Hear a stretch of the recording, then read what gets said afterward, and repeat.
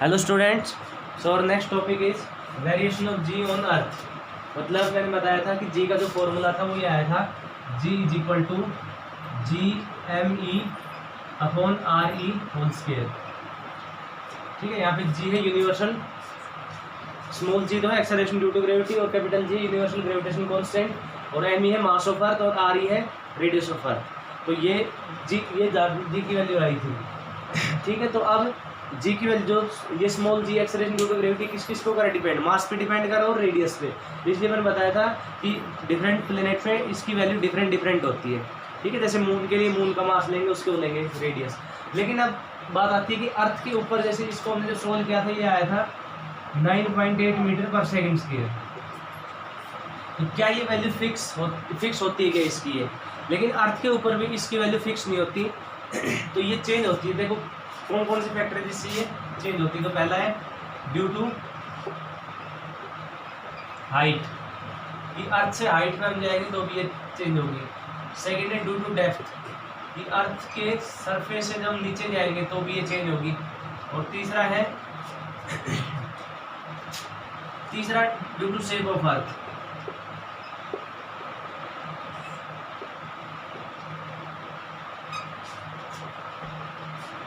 और एक due to rotation of अर्थ।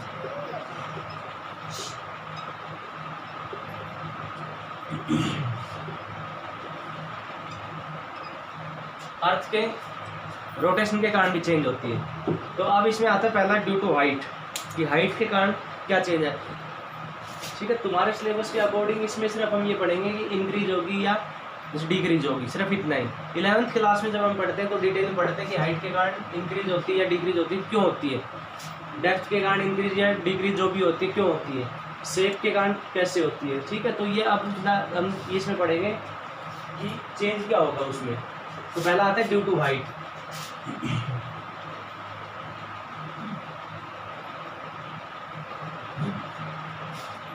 तो हाइट पे जैसे जैसे हम हाइट पे जाएंगे तो एज हाइट इंक्रीजेज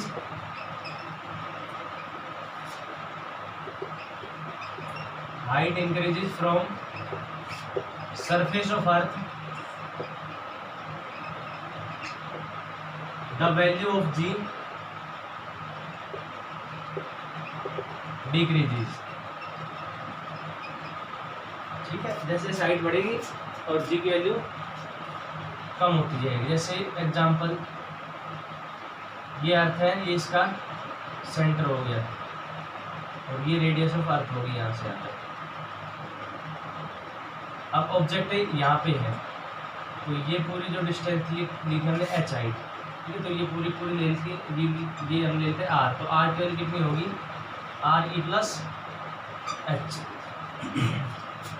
मतलब ये है सरफेस, और इस सरफेस से ये ऑब्जेक्ट कितनी ऊपर है, इसका मास एम है, तो ये एच हाइट ऊपर है, तो आर के लिए आर ई प्लस एच। तो हम यहाँ पे जैसे ग्रेविटेशन फोर्स का फॉर्मूला लगाएंगे, F is equal to G mass of earth और मास ऑफ ऑब्जेक्ट, और इसके बीच में कितनी है distance, are square.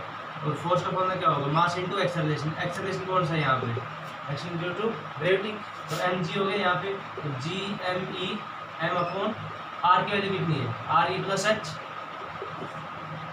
Are E plus H का होल स्क्वायर, तो एम से एम हो गया कैंसिल, तो ये आएगी जी की वैल्यू, G M E upon R E plus H का होल स्क्वायर। अब हमने इस चीज़ में क्या किया था, जब ये फॉर्मूला निकाला था तो हमने ये लिया था कि एच की वैल्यू अगर बहुत छोटी है, एच बहुत छोटा होता है, तो ये क्या, ये यहाँ पे हमने एच को क्या कर दिया था, इसको नेगलेक्ट कर दिया, तो ये आएगी जी की वैल्यू। अब देखो हाइट जैसे 1 किलोमीटर हो, 2 किलोमीटर हो, 3 किलोमीटर, 10 किलोमीटर, तो ये हाइट जो है, ये यहाँ पे जो रेडियस होती है वो 6400 किलोमीटर होती है। तो 6400 होती है किलोमीटर। तो इसके कंपेरिजन में हाइट 1 किलोमीटर होगी, तो इसको हम क्या कर देते हैं, नेगलेक्ट कर देते हैं, बहुत छोटी होगी। लेकिन जब ये हाइट बढ़ती जाएगी तो ये हाइट फिर नेग्लिजिबल नहीं होगी। ठीक है, हाइट जैसे 50 किलोमीटर, 100 किलोमीटर, 200 किलोमीटर चलेगी ऊपर, 300 किलोमीटर, 500 किलोमीटर, अब नेग्लिजिबल नहीं होगी, क्योंकि अब 500 किलोमीटर ये 6400 किलोमीटर के से बहुत छोटा नहीं है। ठीक है, बहुत छोटा, जैसे इसमें लिखा लेस देन, मतलब बहुत छोटा नहीं है वो। तो अब वो कंपेरेबल होगी। तो अब यहाँ पे जैसे एच की वैल्यू अगर बढ़ेगी, देखो ये ये देखते हैं इक्वेशन, इस इक्वेशन को, जैसे जैसे हम ऊपर जाएंगे due to height, as height increase, तो जैसे ऊपर जाएंगे तो हाइट क्या होगी, इंक्रीज होगी, और हाइट इंक्रीज होगी तो ये पूरी टर्म क्या होगी, ये भी इंक्रीज होगी, ठीक है, मतलब इसका डिनोमिनेटर क्या हो जाएगा, इंक्रीज, तो ये इंक्रीज होगी। तो अब जी और इसका जो रिलेशन वो कैसा है, इनवर्स है रिलेशन, क्योंकि ये ऊपर आ रहा है नीचे आ रहा है, तो ये एच इसमें हो रहा है इंक्रीज, तो ये पूरी पूरी टर्म क्या होगी, इंक्रीज, और ये इंक्रीज हो गया, जी क्या होगा, ये डिक्रीज हो जाएगा। इसलिए जैसे जैसे हम ऊपर जाएंगे तो हाइट बढ़ेगी तो पूरी पूरी टर्म बढ़ती जाएगी, और ये पूरी टर्म बढ़ती जाएगी तो इसकी वैल्यू क्या हो जाएगी, जी की वैल्यू कम होती जाएगी, ठीक है। तो जैसे ये यहाँ सरफेस के ऊपर 9.8 है, तो हम ऊपर जाएंगे वो होगी 9.7 होगी, फिर 9.6, फिर 9 होगी, फिर 8 7 6 5 4 3 2 1 0 हो जाएगी, ठीक है। तो हमें वैसे इसमें ये याद रखना है कि जैसे जैसे हम हाइट पे जाएंगे तो जी की वैल्यू कम होती जाएगी, ठीक है। ये नोट करने की जरूरत नहीं है, सिर्फ तुम्हें इसका वो याद रखना है, रिजल्ट याद रखना है, क्योंकि तुम्हारे सिलेबस में ये नहीं है एक्सप्लेनेशन। बस सिर्फ याद रखना कि हाइट्स पे हम जाएंगे तो जी की वैल्यू इंक्रीज होगी या डिक्रीज होगी, तो हमें याद रखना है डिक्रीज होगी। दूसरा, ड्यू टू डेप्थ, डेप्थ मतलब अर्थ के जब हम जाएंगे नीचे जाएंगे, तो ये जैसे अर्थ है, ठीक है, ये सरफेस हो गया अर्थ का, तो इस सरफेस से नीचे गए हम, यहाँ चले गए हम डी डिस्टेंस, तो इसमें भी क्या होगा, ठीक है, इसमें भी हमें यही याद रखना है कि डेप्थ बढ़ेगी तो as depth increases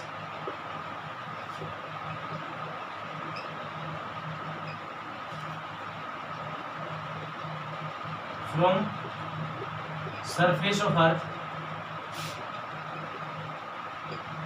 the value of g decreases, इसमें भी डिक्रीज होगी,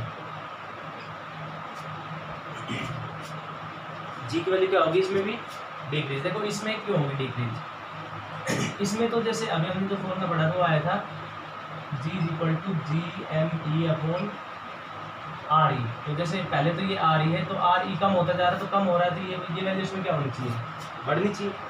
देखो यहाँ पे थी, ये थी RE, तो RE से हाइट ऐसे बढ़ती जा रही थी, तो ये जो पूरी टर्म है RE + H आ रहा था, यहाँ पे RE + H का होल स्क्वायर ये आ रहा था, ये हाइट पे, तो ये H बढ़ता जाएगा तो ये पूरी टर्म बढ़ती जाएगी, जी क्या होती है, कम होती जाएगी।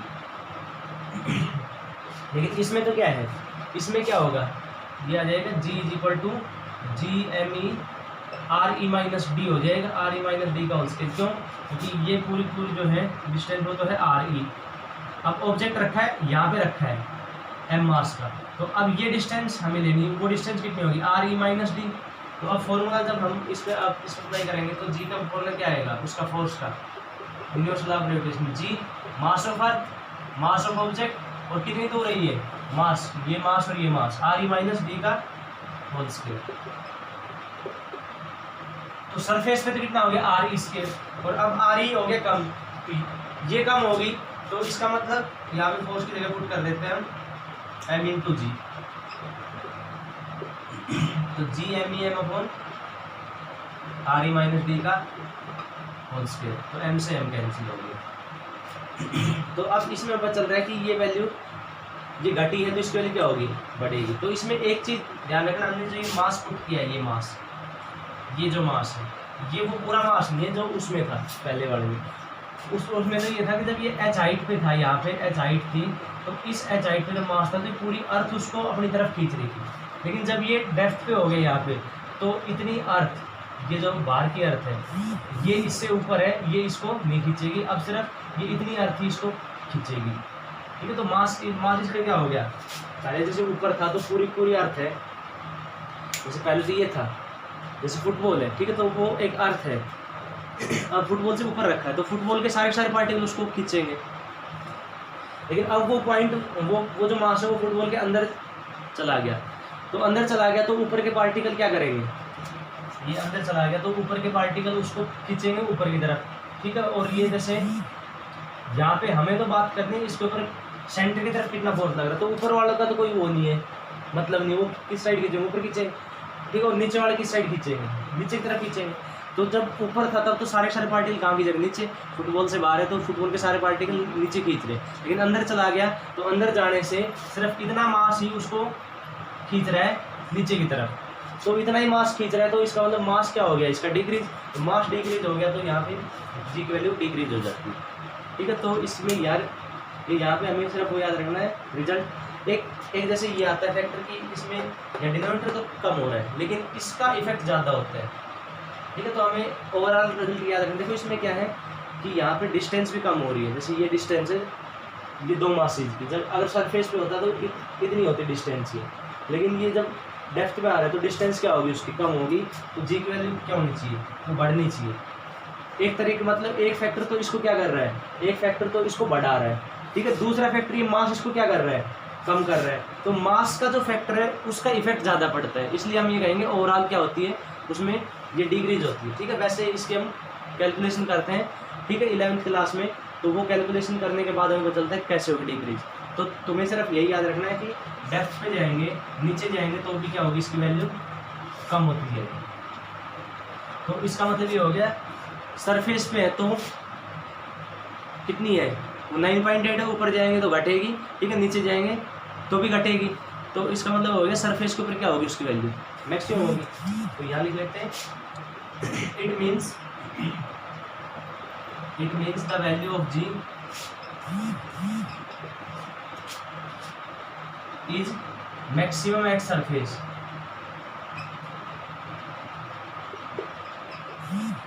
Maximum at surface and it becomes zero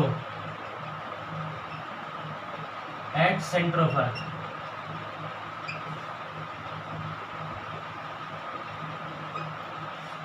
ठीक है, जी की वैल्यू ये सरफेस के ऊपर क्या हो जाएगी मैक्सिमम, क्योंकि उससे ऊपर जाएंगे तो घटे ही, नीचे जाएंगे तो भी घट रही, तो नीचे जब जाते जाएंगे तो वो घटती जाएगी और जब सेंटर पे हो जाएंगे तो कितनी हो जाएगी जीरो। ये हो गया ड्यू टू डेप्थ का। तीसरा है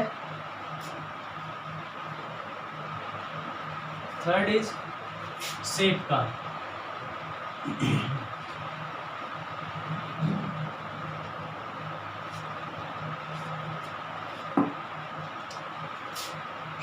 तीसरा है ड्यू टू शेप। शेप देखो अर्थ की जो शेप है वो ऐसी है, वो एक्चुअल में वो स्फीयर नहीं है, कंप्लीट वो नहीं है स्फीयर। ठीक है, एलिप्स शेप है मतलब ओवल शेप है।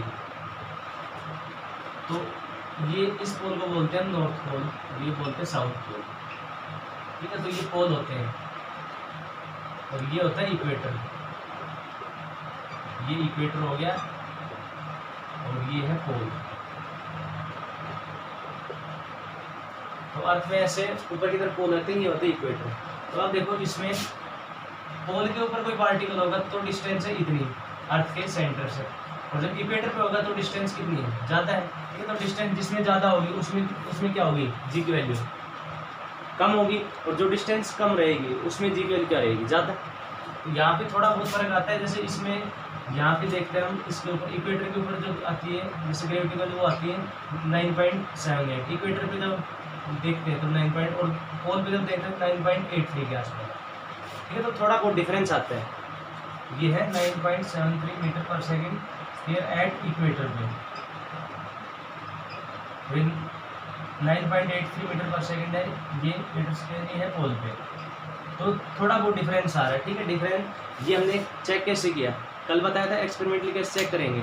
वो तो नहीं कि इसमें H is equal to U T plus half A T square, तो यू तो हो गया जीरो, तो उससे H is equal to half G T square आया था, तो उससे हम चेक कर लेंगे हाइट हमें देखनी है और टाइम देखना है, दोनों की वैल्यू पुट कर देंगे आ जाएगी। तो हमने ऐसे चेक किया, फिर हमने देखा कि ये चेंज क्यों है। उसका कारण ये है कि पोल की जो डिस्टेंस है इससे अर्थ के सरफेस से, ये हमने मान ली आर पोल, ये है आर इक्वेटर। तो ये आर इक्वेटर क्या है, आर इक्वेटर ये इससे ये पोल से ज़्यादा है। ठीक है, इसलिए यहाँ पे ग्रेविटी इक्वेटर के ऊपर क्या होगी less than gravity at pole. ठीक है, तो यहाँ लिख देंगे ग्रेविटी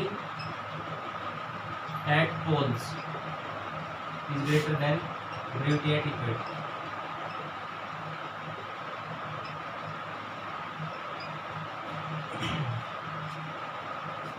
पोल पे ज़्यादा होती है, क्यों? क्योंकि देखो जी का फॉर्मूला ये है ये फॉर्मूला।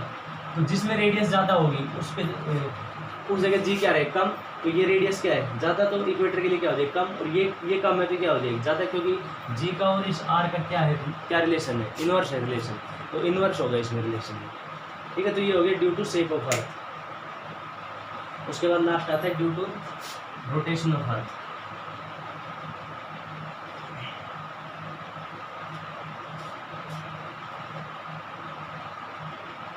Fourth point,